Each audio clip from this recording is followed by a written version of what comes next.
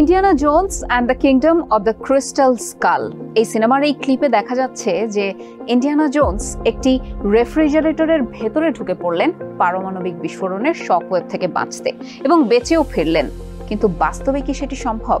কি হবে যদি বাস্তবে পারমাণবিক বিস্ফোরণ হয়?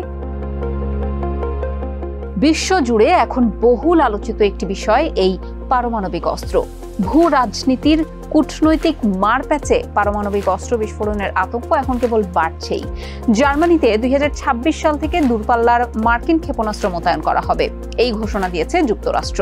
আর এতেই ক্ষুব্ধ হয়েছে রাশিয়া। প্রেসিডেন্ট ভ্লাদিমির পুতিন বলেছেন, যুক্তরাষ্ট্র যদি জার্মানি বা ইউরোপের অন্য কোথাও ক্ষেপণাস্ত্র মোতায়েনের পরিকল্পনা বাস্তবায়ন করে, তাহলে আবারও মস্কো মধ্যপাল্লার পারমাণবিক অস্ত্র উৎপাদনের পথে হাঁটবে। আবার এদিকে ইরানের পারমাণবিক সক্ষমতা নিয়েও নানা মুনির নানা মত আছে। একদিকে গাজা ইসরায়েল যুদ্ধ, অন্যদিকে রাশিয়া ইউক্রেন। পক্ষ বিপক্ষ মিলিয়ে উত্তপ্ত বিশ্বের ভূ রাজনীতি। এমন অবস্থায় তাই পারমাণবিক বিস্ফোরণের আশঙ্কা উড়িয়ে দেয়া যায় না। যদি বিস্ফোরণ হয়ই, বলাই বাহুল্য, আর যাই হোক, জোনসের মতো ফ্রিজে আশ্রয় নিয়ে রক্ষা পাওয়া সম্ভব নয়। তাহলে কি এর চেয়েও শক্তিশালী কোনো বস্তুর কথা চিন্তা করছেন? চলুন বৈজ্ঞানিক ব্যাখ্যা কি বলে সেটি দেখি। পারমাণবিক বিস্ফোরণ হলে কি হবে? The bulletin of atomic scientist নামক একটি মার্কিন বিজ্ঞানভিত্তিক ম্যাগাজিনে পারমাণবিক বোমার ধ্বংসযজ্ঞ কেমন হতে পারে সেই সম্পর্কে কিছুটা ধারণা দেওয়া হয়েছে। চলুন সেটি আজকে বিস্তারিত আপনাদেরকে জানাই। আপনাদের সাথে আছি আমি মোহনা হোসেন। যে কোনো পারমাণবিক বিস্ফোরণে তেজস্ক্রিয়তা, প্রচণ্ড তাপ ও বিস্ফোরণ প্রভাব সৃষ্টি হয়, যার ফলে মুহূর্তের মধ্যে অসংখ্য প্রাণ ঝরে যায়। বিস্ফোরণের মুহূর্ত থেকেই যেই তেজস্ক্রিয়তা শুরু হয়, প্রাথমিকভাবে তার প্রভাব হয় সবচেয়ে বেশি। গামারশ্মি ও নিউট্রন রূপে এই তেজস্ক্রিয়তা পুরো পরিবেশে ছড়িয়ে পড়ে। কতক্ষণ টিকে থাকে এই তেজস্ক্রিয়তা? কোনো ধারণা আছে আপনাদের? মাত্র 1 সেকেন্ডেরও কম সময়।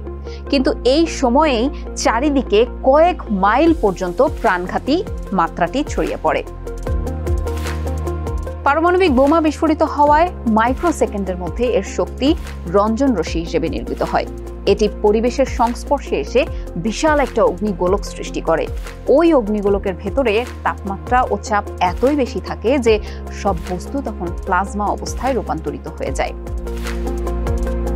300 কিলোটন ক্ষমতার একটি পারমাণবিক বিস্ফোরণ ঘটলে বিস্ফোরণ স্থল গ্রাউন্ড জিরো থেকে প্রায় 13 কিলোমিটার দূর পর্যন্ত ফার্স্ট ডিগ্রি পোড়ার সম্মুখীন হয় মানুষ এবং অন্যান্য প্রাণীরা।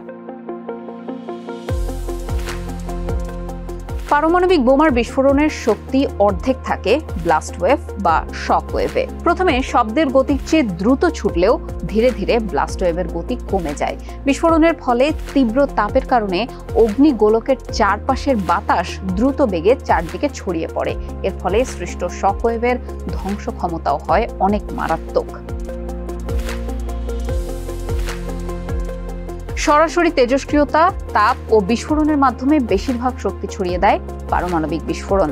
আর এরপর অগ্নিগোলক ঠান্ডা হতে থাকে এবং আকাশের দিকে উঠতে থাকে। তারপর তৈরি হয় পারমাণবিক বিস্ফোরণের সবচেয়ে পরিচিত মাশরুমের মেঘ। এর ভেতরে থাকা তেজস্ক্রিয় উপাদানগুলো তখন পরিবেশে ছড়িয়ে পড়তে থাকে।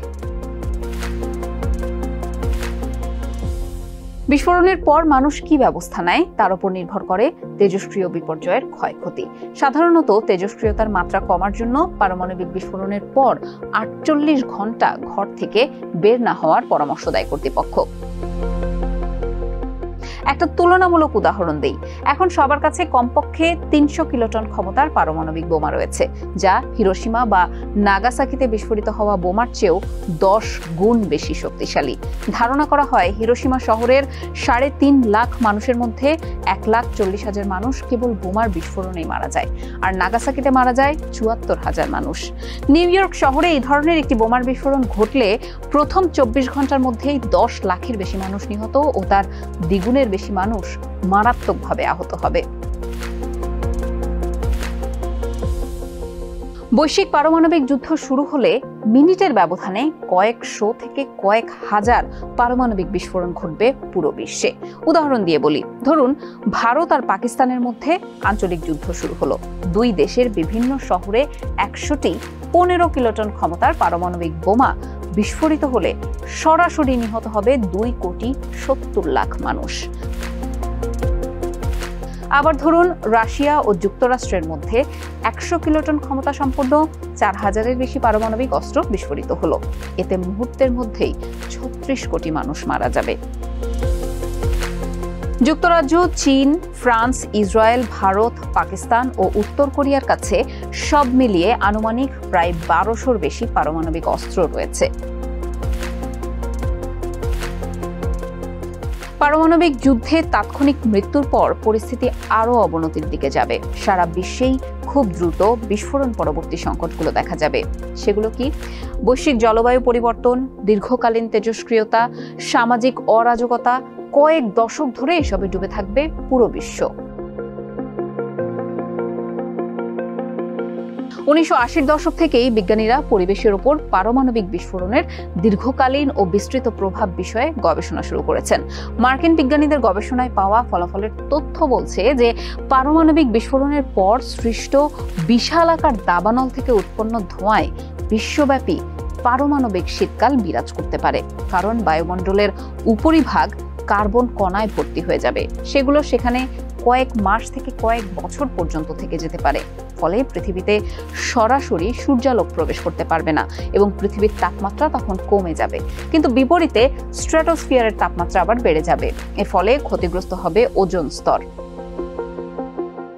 আবার রাশিয়ার বিজ্ঞানীরা তাদের গবেষণায় দেখিয়েছেন যে ভূপৃষ্ঠ ও সমুদ্রপৃষ্ঠের তাপমাত্রায় পরিবর্তন হওয়ার কারণে বিশ্বব্যাপী কৃষি ব্যবস্থা ভেঙে পড়বে। আর এর পরিণতি কি হতে পারে তা আপনারা নিশ্চয়ই আঁচ করতে পারছেন। এছাড়া পারমাণবিক যুদ্ধ শুরু হলে অনেক শহর আগুনে পুড়ে ছাই হয়ে যাবে।